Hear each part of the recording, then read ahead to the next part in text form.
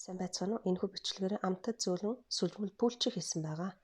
Орцонд маань 1 ширхэг өндөг, 7 г дорож, хөөлгөгч, цайны халбаар 2 дүүрэн байхад болно. 1 чимэг давс, 60 г сахар, 80 г масал, 500 г гурал, 250 г сүү орно. Сүүгээ баг зэрэг халаана.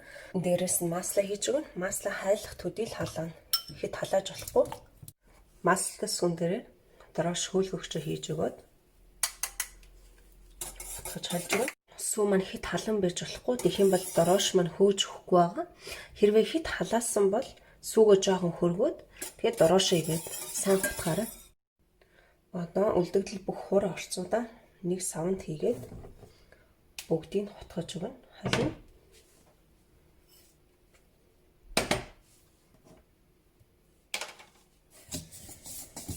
Дээрээс нь сүүгээ хийн. Нэг өндгөө. Би зурагч машинаар зурах чинь гараараа бас зурж болно. Зураг маань ийм болсон байна. Одоо сайхан гараараа нухаад ийм болсон зурмага сав дотор хийгээд тасалгааны температур 45-60 минут хөөлгөж байлгана. Зураг маань ийм болж хөөсөн байна. Одоо савнаас нь гаргана. Тэгээд 3 тэнцүү хэсэгт хувааж өгнө. 3 хуваасан зурмага ийм нарийнхан болгоно. Хичээл хэмжээтэй.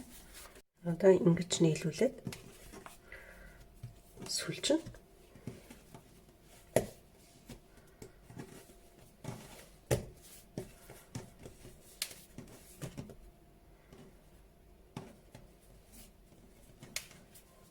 Сүлжчээд шарга шүгэнийг листэн дээр тавьж өгнө. Дээрээс нь өндөгний шараар бүрж өгнө.